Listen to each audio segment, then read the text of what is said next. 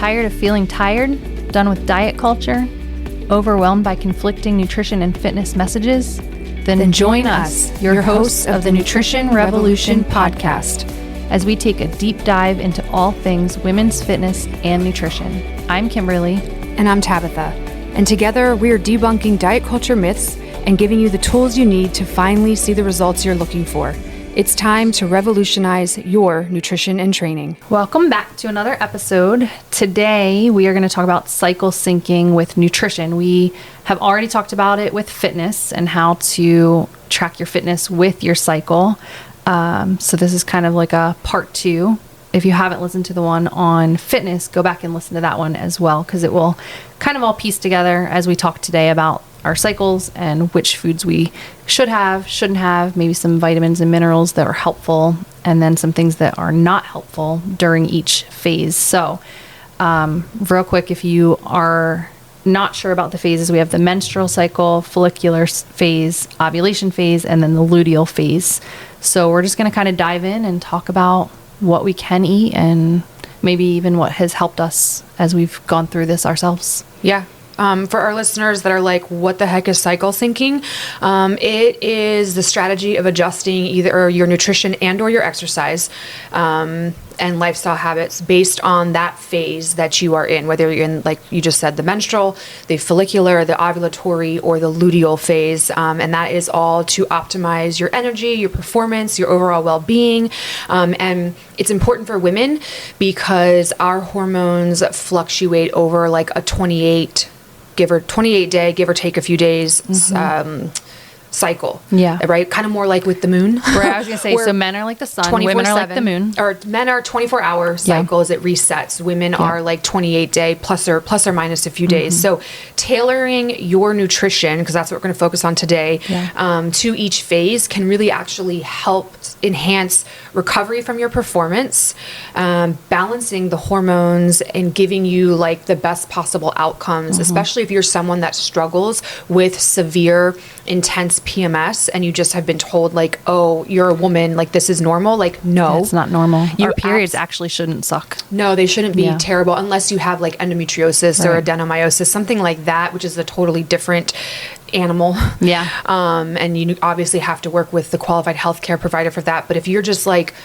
normal menstruation and you are constantly like having incredible mood swings, awful PMS, bloating, and cramps, like there are nutritional strategies that you can implement that will absolutely start helping you immediately, and you'll see improvements in your very next cycle. I promise you, or all your money back. All right. All your listening, you paid for this episode. All your listening minutes back. I can attest to this because I used to have really bad cycles. One, I went on birth control when I was like 18 because my cycles were like, couldn't track them. They were like 2 weeks on and then not. And then it was a mess.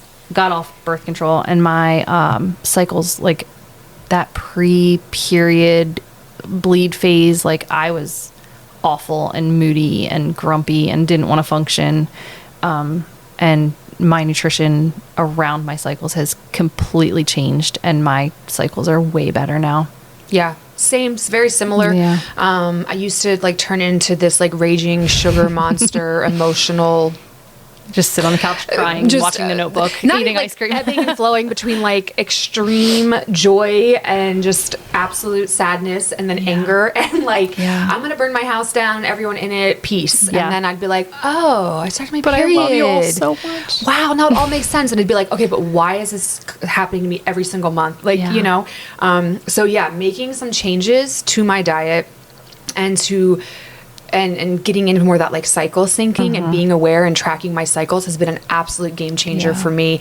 And I have some of the like best periods of my life. For the last few years. I tend to be more on the quickly into the anemia side. Okay. And so one of the first things that I noticed was during that menstrual phase that if I did not get a burger, I was awful. Like I needed all the red meat. I wanted that like iron-rich foods. And then reading and studying this stuff, I was like, oh, Makes sense. It makes so much sense. Yes. So that's the perfect segue into the first phase, our menstrual phase, which is classified as day 1 through maybe 5, 6 at most. And the focus is actually iron and hydration. Love so it.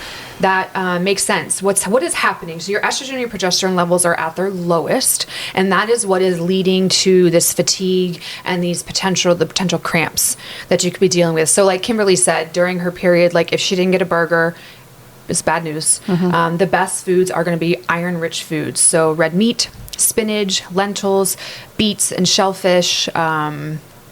Focusing on those iron-rich foods. I will add that when you increase your iron intake, you need to also do that with increased vitamin C because vitamin C binds to the ferritin, to the heme and non-heme iron to increase absorption and availability of that iron into your cells. So vitamin C foods are going to be any of your citrus fruits, bell peppers. Strawberries are actually higher in vitamin C than oranges. Really? Yeah. Did you know that? I didn't know that. Fun fact. Yeah.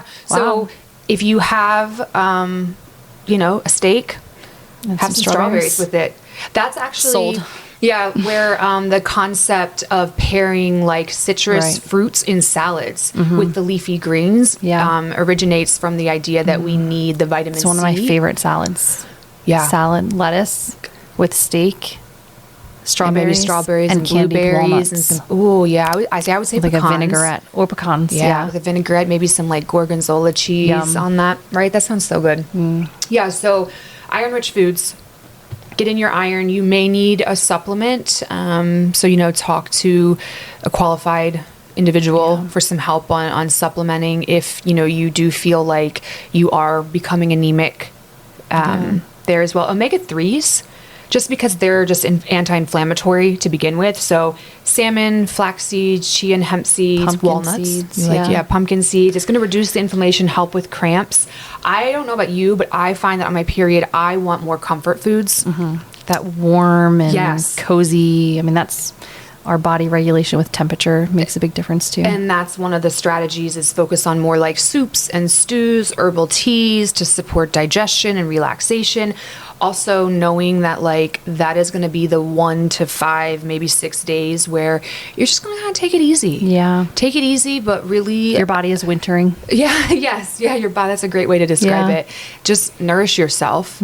But yeah, iron, hydration, what we should avoid. Spoiler, alcohol is avoid it in every phase. So limit your alcohol as much as possible for best outcomes. Alcohol can it dehydrates you, which then will make your cramps worse. Yeah. So if you feel like you really struggle with menstrual cramps, one of the first nutritional strategies that I would implement aside from the iron, vitamin C and hydration is how much are you drinking alcohol? Even if it's just 1 drink a day and it's within the, safe limit, which side note, there is actually no known safe amount of alcohol. It's it's a toxin, which we've talked about that in other episodes. Right. But that's going to be the first thing that I'm like, during your period, like you really need to cut that out. It's also a major sleep disruptor, and your body needs sleep during that menstrual cycle. Yeah. Excessive caffeine is also not helpful during your period. And then processed foods, that's like a generic. Yeah. In general. Yeah. All right. So moving on. Follicular phase, days 6-ish through 14. Protein, antioxidants. That's also going to be when we feel like Superwoman. Yeah. You want to get all those lifts in.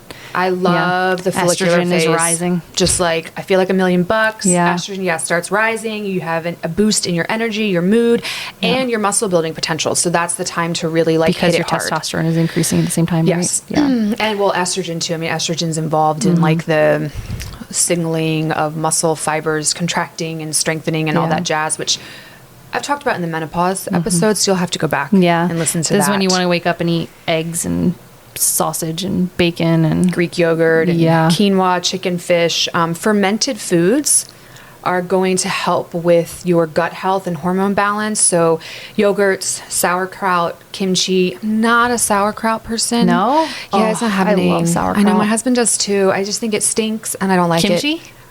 Yeah, I don't like it. Yeah. I'm sorry. Fermented foods is the area where I could improve. Yeah. I like Well, you pickles, do pickles. and I do sourdough. I make my own sourdough. I've had a little bit of an addiction right now to pickled banana peppers. Okay. I put it on everything, like all my salads. Pickled red onion and pickled jalapenos when I do like taco. So you're good. Yeah, I do, but just because it's not sauerkraut doesn't mean it's wrong. No, that's true. So maybe it's true. I think when more people think fermented food, they're like, oh, it has to be sauerkraut or kimchi or pickles. Or I'm like, I'm not eating a pickle. That's gross. I love a pickle. Ugh. Oh, I love a good I'm dill that person pickle. That the pickle comes on my plate, and I'm like, somebody better get it off my plate and give me a napkin so I can get all of that off, and I won't eat anything that it touched. Dill pickles are the best. Don't give me a bread and butter or like a sweet pickle. Sweet baby gherkin. That my husband loves those. Do you like those? I do like those. Oh, ugh. I know. Okay, well, give me the dill. Okay. You take your little gherkins, and then we're even. Berries and leafy greens. I like to do a lot of smoothies to get in my leafy greens and berries. That's going to be where you're going to get those antioxidant support. If you have that aversion to kale or spinach, freeze it, blend it, and you'll never know it's there. Yep. Yeah. It's magic, literally magic. Yep. Complex carbs, sweet potatoes, oats, quinoa, brown rice, healthy fats, avocados, olive oil. I tell everybody, stop frying your eggs in butter. Start using extra virgin olive oil. If you can. Be a game changer in increasing the omega-3 in your diet, decreasing the omega-6 so you have more balance. Yeah. See, I'm more of a cook in coconut oil and then use olive oil fresh, whether shots of it, but that's just preference for me. Yeah. I like olive oil and balsamic vinegar on my salads instead of like a vinaigrette. Yeah. Yeah. And then same thing, avoiding excess refined sugar, processed carbs. Let's talk about the refined sugar here because that really applies to all the phases. All the phases. Like, I mean, I think it goes back with the alcohol and the processed foods and the refined sugars. There's a time and a place for them, but also we know that they're hormone disruptors. We know that they can cause... They're inflammatory. Yeah, all this inflammation. And so when your body is going through these phases and, your hormones are changing, anytime you're eating those foods, it's going to impact you. It's going to impact your sleep. It's going to impact your mood. It's just... Yeah. There's a time and a place, but not all the time. Exactly. The devil's in the dose, right? If you are going to really take stock of your diet and look and see, like start actually paying attention to the foods that you eat, look at the ingredient labels, the nutrition facts, and start making a note and keeping track of how much added sugar. Notice I said added because the sugar in a banana is not the same. You mean we don't have to avoid fruit? Don't come at me telling me I can't eat the banana because there's too much sugar in it. That's a whole other conversation, which we have addressed. But so that's not the sugars that naturally occur in fruits and veggies and whole grains, dairy products, doesn't count as the added. I'm talking about your honey, your maple syrup, your white sugar, your brown sugar, your added sugars. Really watch how much you're taking in and then try to find ways to reduce that intake and pick and choose. Because I will be the first to admit, like, all my teeth are sweet. That is my, like, I'm not a really, I like salty foods. I like everything. Yeah, but you're just a food person. I'm a foodie, yeah, but I really enjoy, like, a good dessert, a good treat. I look forward to it. And I used to ebb and flow between, like, super restrictive, can't have it, to, like that all or nothing. Right. And now I've like worked over the years to have a much more like moderated balance approach. So I have something almost daily. Yeah. But I'm very intentional with it, right? And I make sure that it is actually what I want and then I moderate it and I have the mindset that like having this little bit's okay and I could do it every day. Yeah.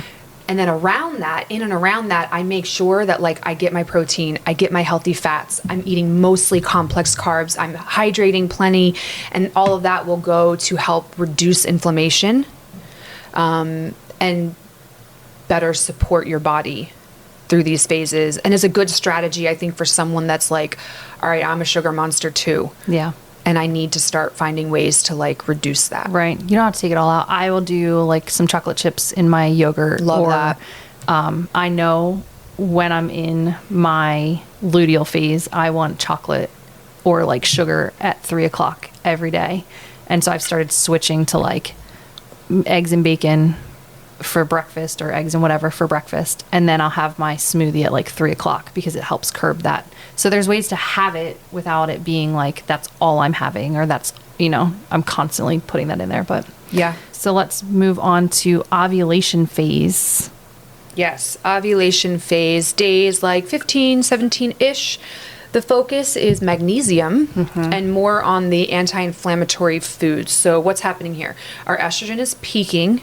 Your energy and your strength are at their highest, making that like the best time for intense workouts. You'll probably also notice that as a woman, like your libido takes a nice upswing. Yeah. I say in this phase, I feel like that's when I want to eat the healthiest. Yes. Because my libido is high and I don't want to be eating junky food and miss those opportunities to feel like, oh, I don't want to tonight because my stomach hurts or whatever. So keep that in mind. Yeah, no, I love that. Some of the best foods, cruciferous vegetables, which are always a good choice. And, yeah. Brussels sprouts, kale, they help detox excess estrogen. So if you are estrogen dominant, if you've ever been diagnosed as such, cruciferous vegetables, they bind, they contain what's called DIM, and DIM binds to excess estrogens, circulating estrogens, and remove them from your detox pathways. Because estrogen and progesterone are not besties. So we got to get the estrogen out. They balance each other. You don't want to be dominant or deficient in one or the other. You need that balance. So cruciferous vegetables are just great in general, but will definitely help take care of excess estrogen beyond what your body needs. Zinc-rich foods, again, anti-inflammatory. Zinc is like probably the best anti-inflammatory nutrient. It's a mineral. Yeah. Zinc. Think of it as like, if zinc were a fire-breathing dragon, it's going throughout your body and like burning out all the inflammation, just like getting rid of it. Do you take zinc supplements? I do take a zinc supplement. I actually prefer a liquid zinc supplement, but I also try to eat foods that are rich in zinc. Pumpkin seeds, nuts, chickpeas, nuts and seeds, beans, oysters. I'm not an oyster person. Shellfish. I mean, shrimp shellfish also is one of the good ones. Yeah. Yeah, so you don't have to just eat oysters. Yeah. Because that's not really... not your jam. No, it's not on my menu. I take cod liver oil. Okay. And then I also take zinc because it helps with anti-inflammatory. The omega-3 and the zinc combo. Vitamin B6. Good old B6. Bananas, turkey, nuts and seeds, whole grains. That's going to help balance the hormones and reduce your PMS later. So that's one of the things, too, to realize is that the foods that you're eating throughout each phase actually also help work to support best outcomes in the next upcoming phase. Yeah. I will say that during my ovulatory phase, that is when, because I'm hitting higher intensities usually in the gym, I will do more electrolyte drinks to help replenish. And that is really helpful to set me up for better outcomes as I move into the luteal and then the late luteal and then into menstruation as well. So a lot of fried foods should be avoided during that time. That's going to help reduce your inflammation as well. And then again with the alcohol, anything you want to add to that phase? That's it. Pretty good. All right. Luteal phase. Last but not least, days 18 to whenever you start your period.